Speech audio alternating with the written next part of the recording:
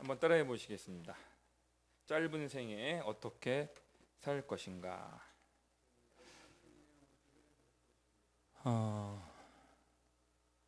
2002년 한일 월드컵의 주역 중 한 사람이었던 유상철 감독이 향년 49세라는 젊은 나이에 췌장암으로 6월 7일 세상을 떠났습니다. 저보다 3살 많으시더라고요.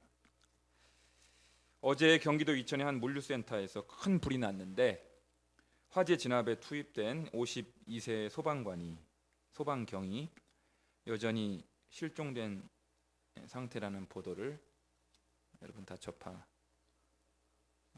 줄로 압니다. 어떻게 좀 파악이 됐나요? 아까까지 파악이 여전히 안 되고 있던데. 사랑하는 열린광성의 식구 여러분, 49세의 유명 축구 감독이 그렇게 빨리 자신에게 죽음의 때가 오리라고 예상했겠습니까? 그리고 52세의 소방관이 자신에게 그렇게 빨리 죽음의 그림자가 덮쳐오리라고 예상했겠습니까? 전혀 예상하지 못했을 것입니다. 그렇습니다. 고대 그리스의 소피스트였던 철학자 프로타고라스는 인간은 만물의 영장이라는 유명한 말을 남겼지만, 그러나 인간은요, 내일 일을 알지 못하는 매우 연약한 존재요, 유한한 존재입니다. 인간의 생애라고 할 때 생애자가 무슨 애자인지 혹시 아세요? 제가 궁금하더라고요. 한평생을 의미하는 그 생애할 때 애자가 한자어로 물가 애자더라고요. 물가 애자. 그러니까 한계를 말하는 거예요. 인간은 유한한 존재라는 말이 이미 생애라는 말에 들어있는 겁니다. 포함되어 있는 것이죠. 바라기는 오늘 이 시간을 통하여 짧디 짧은 우리의 생애를 어떻게 살아야 할지 진지하게 숙고하는 복된 밤이 될 수 있기를 주님의 이름으로 간절히 축원합니다. 첫 번째로 따라해 볼까요? 죽음은 만인에게 평등합니다. 1절에서 3절까지 하고 5절만 1, 2, 3, 5절만 함께 다시 한번 읽겠습니다. 시작.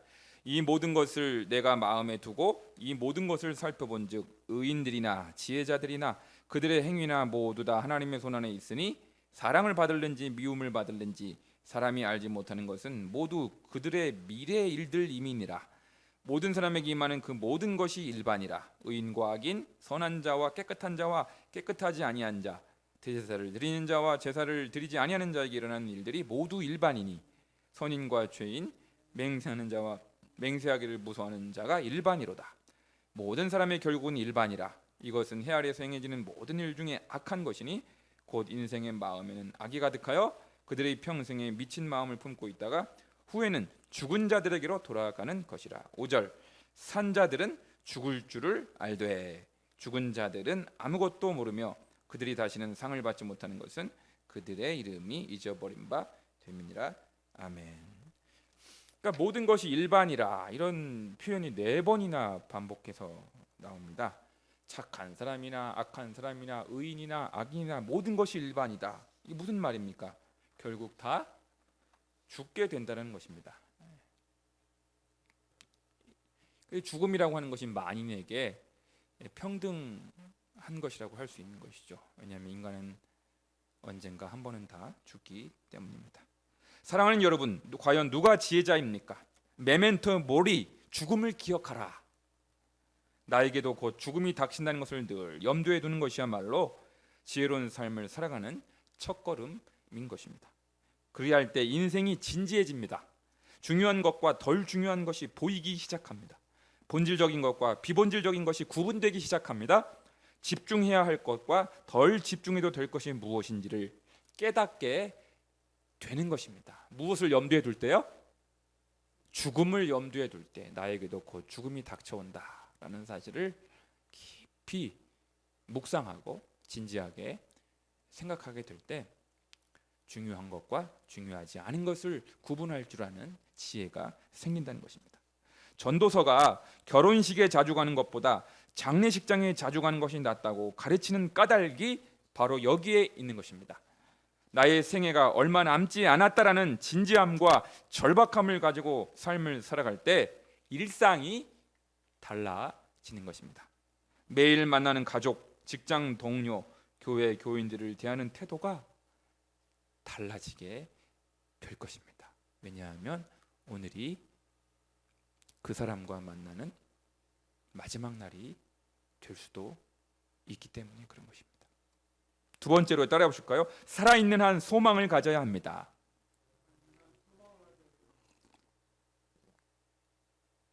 4절과 6절만 읽겠습니다. 4절과 6절만 시작.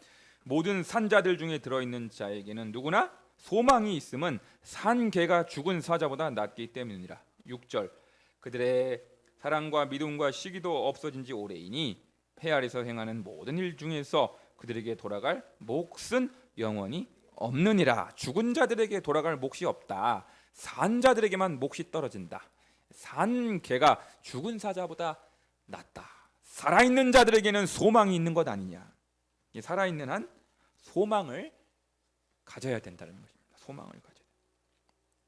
사랑하는 여러분, 우리의 과거가 어찌 됐든 설사 우리에게 부끄러운 과거가 있었다 하더라도 살아있는 한 다시 기회가 있는 것입니다. 그래서요, 무서운 죄를 범했던 베드로도요, 여러분 회개했기 때문에 기회가 주어졌잖아요. 그러나 비슷한 무서운 죄를 저질렀던 가룟 유다는 자살함으로 말미암아 다시 기회를 부여받지 못하고 그냥 그것으로 생애를 마칠 수밖에 없었던 것이죠. 다시 자라면 됩니다. 오뚜기처럼 다시 일어나면 됩니다. 한 번 실수는 병가지 상사라고 하지 않았습니까? 인간은 누구나 실수합니다. 실패합니다. 범죄할 수도 있습니다. 넘어질 수 있습니다. 쓰러질 수 있는 존재가 인간이기에. 잠언 24장 16절은 우리에게 이렇게 말씀합니다.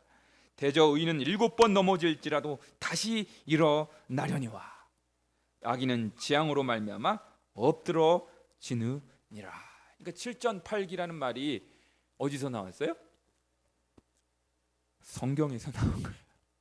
성경에서 나오는 말입니다. 7.8기 7번 넘어질지라도 7번 실패할지라도 다시 8번째 홍수환 선수처럼 일어나서 다시 싸워가지고 이겼지 않습니까?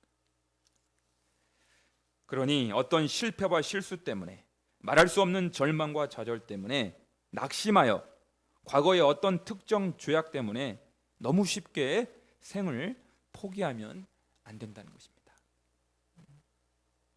생명이라는 한자 있죠. 생명, 인간의 생명. 생자가 무슨 생자죠?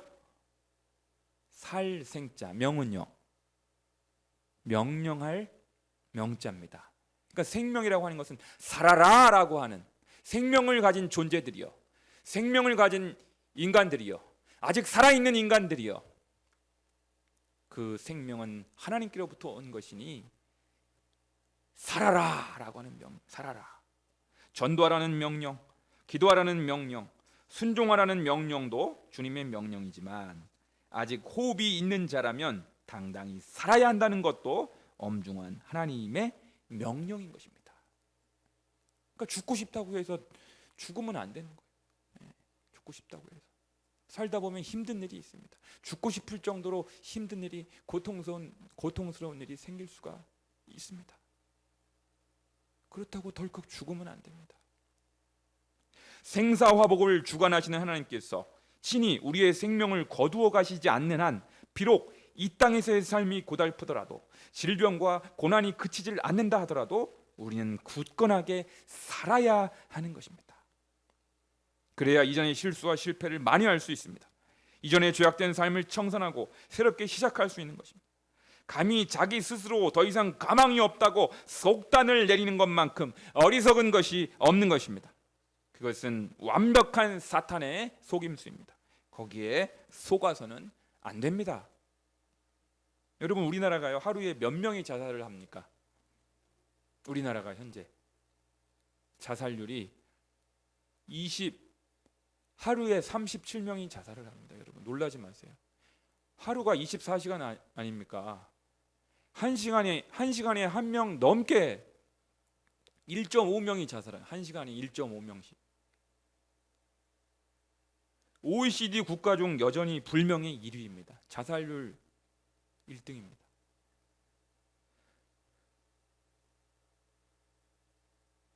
여러분, 정죄감과 죄책감이 자살을 유발하는 매우 중요한 감정적인 요인 중에 하나이죠.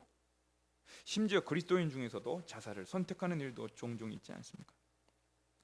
사랑하는 여러분, 양심이 지나치게 뻔뻔하고 부끄러움을 모르는 화인맞은 양심도 문제이지만 아주 사소하고 미세한 실수에도 잠 못 이루고 괴로워하는 너무나 예민한 양심도 결코 건전한 것이 아닙니다. 내가 나를 심판대에 세워서 심판하는 것은 절대로 성경적이지 않다는 거예요. 내가 나를 어떻게 판단합니까, 여러분? 고린도 전서 4장 3절에서 5절을 한번 찾아보겠습니다. 여기 중요하니까. 여러분 이거 책갈피 하시고 고린도전서 4장 한번 찾아보세요. 우리 열광의 식구들도 고린도전서 4장 3절에서 5절까지 266쪽.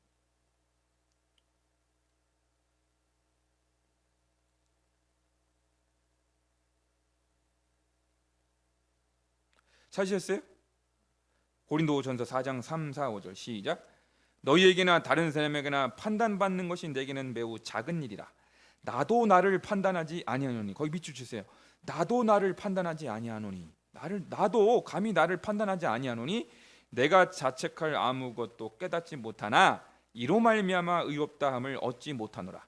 다만 나를 심판하실 이신은 주시니라. 그러므로 때가 이르기 전 곧 주께서 오시기까지 아무것도 판단하지 말라.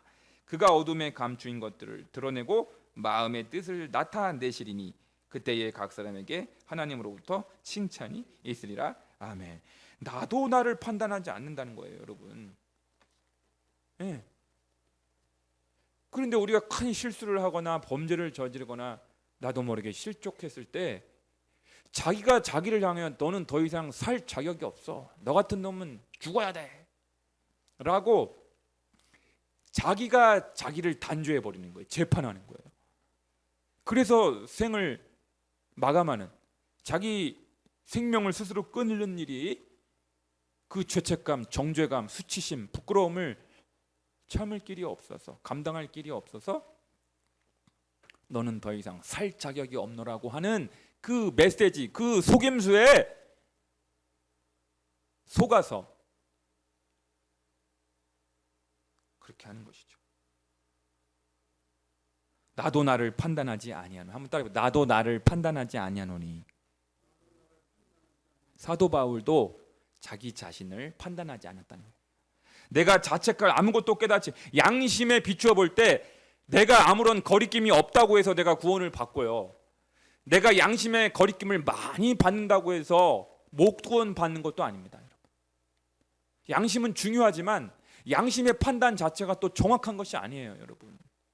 양심은 죄를 느끼게 하는 중요한 신호등인데, 그러나 그것이 온전히 정확한 것은 아니에요. 그것이 전부는 아니란 말입니다.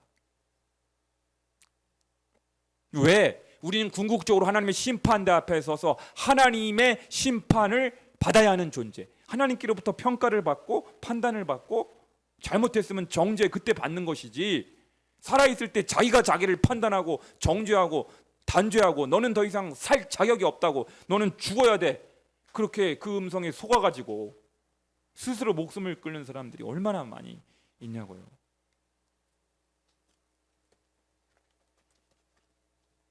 따라해 보시겠 다시 한 번만. 나도 나를 판단하지 않겠습니다. 나도 나를 판단하지, 하나님께 맡기는 거예요. 주어진 생애 속에서 최선을 다하고 더 이상 잘못을 되풀이하지 않도록, 실패를 되풀이하지 않도록, 더 이상 범죄를 되풀이하지 않도록 노력하고 최선을 다하는 삶을 살아가면 하나님께서 장차 심판대 앞에서 그 노력과 성실을 가상히 여기시고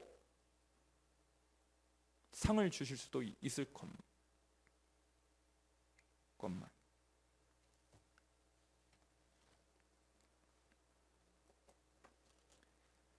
여러분, 양심상 우리가 스스로 떳떳하다고 구원받는 것도 아니고요, 양심상 우리가 스스로 전혀 떳떳하지 못하다고 해서 구원을 못 받는 것도 아닙니다. 결코 우리 자신의 생각과 판단이 기준이 될 수가 없는 것입니다. 정확하지 않습니다. 우리의 최종 구원은 죽음 이후에 맞닥뜨리게 될 하나님의 심판대에서 결판이 나는 것입니다. 그러니 삶을 스스로 포기하는 것은 얼마나 어리석은 것입니까? 그러니까 성경에 예수님께서 남을 함부로 비판하지 말라고 그러셨잖아요. 산상수훈에 판단하지 말라. 왜 그래요, 여러분? 나의 판단이 정확하지가 않기 때문에 그런 거예요. 제가 지난 주일 금요일 날 우리 김재 집사님 기억나시잖아요. 제가 이솝우화에 나오는 그 당나귀와 아버지와 아들 이야기 해드렸잖아요. 그 교훈이 뭡니까, 여러분? 인간의 판단이 정확하지가 않다. 그냥 내가 지금 처한 환경과 처지에서 자기 입장에서 그냥 판단하고 말을 내지르는 거예요. 그게 정확하지 않아요. 정확하지 않아요. 의외로 나의 판단과 생각이 정확하지 않아요, 여러분. 그래서 예수님께서 남을 함부로 비판하지 말라, 판단하지 말지니라. 내 눈 속에 있는 들보를 빼고 그래야 밝히 보리라 하신 것이죠. 그러므로 혹시 어떤 실수나 죄악으로 말미암아 특정 범죄로 인하여 정죄감과 수치심, 죄책감이 몰려올 때 너는 더 이상 살 자격이 없어, 사단이 참소하고 정죄할 때마다 우리는 로마서 8장 1, 2절 말씀을 통하여 마귀 사탄을 담대하게 대적해야 합니다. 그러므로 이제 그리스도 예수 안에 있는 자에게는 결코 정죄함이 있나니 없나니 이는 그리스도 예수 안에 있는 생명의 성령의 법이 죄와 사망의 법에서 너를 해방하였습니다. 예수 안에 정죄함 없네. 예수 안에 정죄가 없다라는 게 이게 복음인 거예요. 예수 안에 거하는 자, 예수 안에 있는 자에게는 결코 정죄함이 없다. 누구도 단죄할 수 없다. 죄 없다. 무죄다. 그러므로 정죄감과 수치심, 자책감에 빠지지 않고 그리스도 안에서 보혈의 공로로 말미암아 주 안에서 평강과 자유함을 누리시는 여러분이 다 되시기를 주님의 이름으로 간절히 축원합니다. 마지막 세 번째요. 따라해 보시겠습니다. 주어진 현실을 긍정하며 누릴 줄 알아야 합니다. 여러분 다시 본문으로 전도서 본문 7, 8, 9, 10절을 보시겠습니다. 7, 8, 9, 10절 결론이죠. 7, 8, 9, 10절이 함께 읽겠습니다. 시작. 너는 가서 기쁨으로 내 음식물을 먹고 즐거운 마음으로 내 포도주를 마실지어다. 이는 하나님이 내가 하는 일들을 벌써 기쁘게 받으셨음이니라. 내 의복을 항상 희게 하며 내 머리에 향기름을 그치지 아니하도록 할지니라. 내 헛된 평생의 모든 날 곧 하나님이 헤아려서 내게 주신 모든 헛된 날에 내가 사랑하는 아내와 함께 즐겁게 살지어다. 그것이 내가 평생에 헤아려서 수고하고 얻은 내 몫이니라. 내 손이 이를 얻는 대로 힘을 다하여 할지어다. 내가 장차 들어갈 수월에는 일도 없고 계획도 없고 지식도 없고 지혜도 없습니다. 아멘. 여러분 우리가 전도서에 대한 편견이 있죠. 전도서는 헛되고 헛되니 모든 것이 다 헛되다. 삶을 비관하고 염세주의, 비관주의, 회의주의. 그래서 더 이상 살 소망이 없다. 인생은 헛되다. 이런 그 비관주의, 염세주의, 회의주의적인 분위기가 상당히 지배적이잖아요. 전반적으로. 그런데 오늘 본문이 그것에 대한 반박을 한다고 볼 수도 있습니다. 여러분 기독교 역사를 보면요, 기독교에 대한 지나친 엄숙주의, 금욕주의적 입장이 서 있던 분파가 있었습니다. 예수님 당시에 있었던 에세네파라고 여러분 들어보셨어요? 에세네파. 신약에 나오는 세례 요한이 에세네파의 일원일 가능성이 높은데요.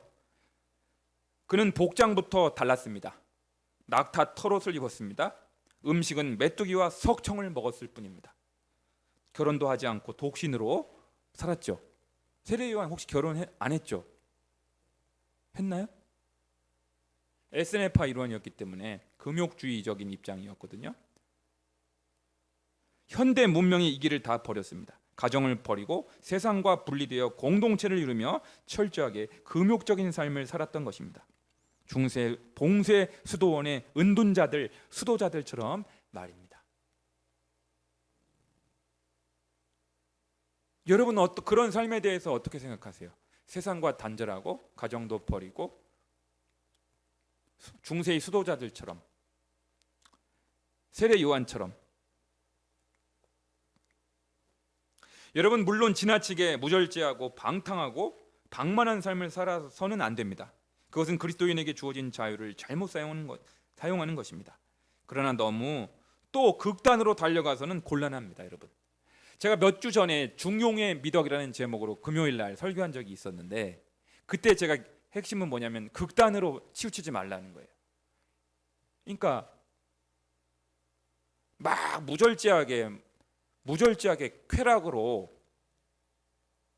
일탈, 탈선, 막 무절제한 삶을 사는 것도 아주 안 좋지만, 그래서는 안 되겠지만, 또 거기에 대한 반작용으로, 반대급부로 이제는 모든 것과 세상과 단절하고 결혼도 하지 아니하고 수도자들처럼, 에스네파 사람들처럼, 세례 요한처럼 그렇게 세상과 단절하고, 그것도 양극단입니다. 양극단. 몇 가지 예를 들어보겠습니다. 칼빈의 기독교 강의에 보면요, 어떤 한 사람이 소개되어 있습니다. 테벳 사람 크라테스라는 사람인데요, 물질에 관한 복음서의 가르침에 충실하고자 소유욕에 끌리지 않기 위하여 자기의 모든 재물을 바다에 내다 버렸습니다. 여러분, 복음서에 보면 예수님께서 물질에 관해서, 부자에 관한 교훈들이 많이 나오잖아요. 전반적으로 물질에 대해서, 재물에 대해서, 부자에 대해서 좀 부정적으로 말씀하시는 내용들이 많아요. 예수님이 부자는 천국에 가기가, 낙타가 바늘귀에 들어가는 것보다 더 어렵다, 이런 얘기를 많이 하시니까, 그러면은 예수님은 무조건 물질이고 재물이고 부유함을 다 버리라는 얘기인가 보다 하고 배에다가 자기 재물을 다 싣고 와가지고 바다에 풍덩 다 빠뜨린 거예요. 버린 거예요. 예수님의 가르침에 실천하고자. 그러고요, 고대 기독교 역사 가운데 유명한 교부였던 오리겐이라는 사람이 있습니다. 오리겐, 여러분 들어, 헥사플라라고 하는 성경을 쓴 사람인데, 자신의 성욕을 절제하기 위하여 성기를 거세했던 사람입니다. 자기 안에 있는 그 성적인 욕망을 절제할 수가 없어서 아예 성기를 잘라버린, 거세한 것입니다.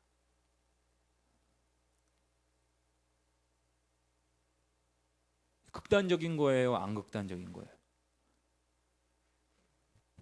본받을 만한 점입니까? 그러니까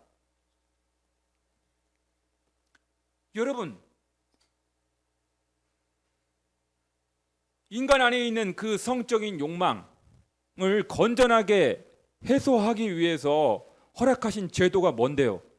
그게 결혼 제도고 부부관계인 거예요. 가정을 만드신 이유, 결혼이라고 하는 제도를 만든 것이죠. 자기 배우자를 통해서. 그런데 그러한 합법적인 방법을 거부하고 자기가 인위적으로, 자기가 그렇게까지 극단적인 방법으로 성욕을 절제하기 위해서 그런 방법까지 취한 것은, 그가 아무리 거룩과 성결을 추구했다 하더라도 극단에 빠졌다라고 말할 수가 있는 것입니다. 이 둘 다 극단에 빠진 것입니다. 사랑하는 여러분, 훈련, 절약, 절제, 극기, 고행, 금욕, 검소함은 어느 정도는 기독교적인 가치이기는 합니다. 하지만 지나친 금욕주의는 성경의 가르침이 아니라 귀신의 가르침이라는 것을 알아야 합니다. 여러분, 디모데전서 4장 3, 4절을 보면 이렇게 되어 있습니다. 잘 들어보세요. 이건 중요한 말씀인데, 디모데전서 4장 3, 4절들은 이렇게 가르칩니다.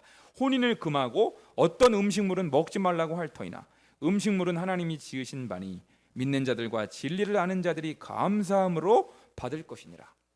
하나님께서 지으신 모든 것이 선함에 감사함으로 받으면 버릴 것이 없나니. 그러니까 혼인, 결혼 제도가 그래서 만든 거잖아요, 여러분. 결혼 제도가 남녀의 성적인 욕망을 지닌 성적인 존재이기 때문에 그러한 욕구를 결혼 제도를 통해서 건전하게 해소하고 누려라, 그런 차원에서 만든 거잖아요. 그러니까 감사함으로 받으면 돼요. 버릴 것이 없는 거예요. 그래서 결혼을 만든 거니까, 결혼 제도를. 음식도 마찬가지죠. 음식물도 하나님이 주신 선물이다.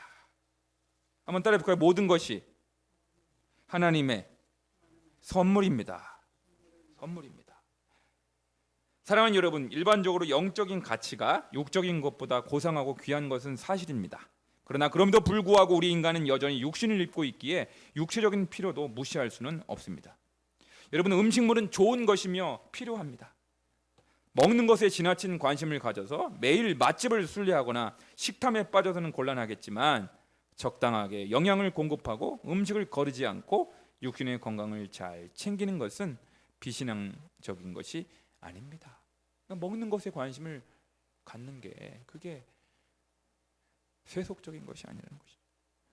또한 재물과 물질적인 부요를 무조건 죄악시하거나 부정적인 것만으로 볼 것도 아닙니다.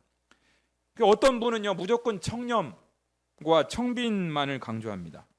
그러나 여러분, 기독교에는 청렴과 청빈을 강조하는 가르침도 있지만 그것이 또 전부는 아닙니다. 전도서 5장 19절은 이렇게 말씀합니다. 여러분, 거기 전도서 5장 19절 한번 펴보세요. 여러분, 전도서는 의외로 재물과 물질적인 부유에 대해서 긍정적으로 진술하는 곳이 상당히 많아요. 여러분, 전도서 5장 19절 한번 보세요. 전도서 5장 19절 다 같이 시작. 또한 함께 읽겠습니다. 시작. 또한 어떤 사람에게든지 하나님이 재물과 부요를 그에게 주사 능히 누리게 하시며 제 몫을 받아 수고함으로 즐거워하게 하신 것은 하나님의 선물이라. 아멘. 여러분, 하나님의 선물인 거예요. 재물도 물질도. 그것을 선하게 사용하기만 하면 이웃을 위하여, 불쌍한 사람들을 위하여, 하나님 나라를 위하여, 영적인 일을 위하여, 어려운 이웃을 돕는 일에 마음껏 사용하라고, 좋은 일에 쓰라고 물질과 재물을 주신 것이에요. 주신 거란 말이에요. 좋은 일에 쓰면 되지 왜 그걸 바다에 다 빠치냐고요. 그럴 것까지는 없죠. 물질욕을 절제하려고 하는 그 마음은 좋으나 가상하나 그렇게 극단적인 방법으로 할 필요까지는 없다라는 것입니다. 그렇습니다. 독신의 은사를 받아서 원래부터 독신자라면 몰라도 지금 내가 결혼한 사람이라면 배우자와 자녀들에게 충실해야 하는 것이 정상입니다. 내가 지금 직장과 사업장이 있다면 직업에 충실하여 가족을 경제적으로 잘 부양하는 것이 진정 하나님 나라를 이루는 거룩한 소명입니다. 여러분, 그거 우리 남성분들 꼭 기억하시면 돼요. 직장 생활하시고 가장의 역할을 하는 남성분들, 여성분들 그거 꼭 아셔야 돼요. 이렇게 강단에서 막 설교하고 아프리카에서 선교하는 것만 거룩하고 고상한 사명이 아니라 자녀를 위하여, 배우자를 위하여 경제적으로 직업 현장에서 이렇게 부양하는 거 있잖아요. 열심히 직장 생활하는 게 얼마나 거룩하고 고상한 사명인지 몰라요. 거룩한 성직인 거예요. 그 성직. 성직입니다, 여러분. 이게 개신교의 신학적 사상 아닙니까? 성직입니다. 성직.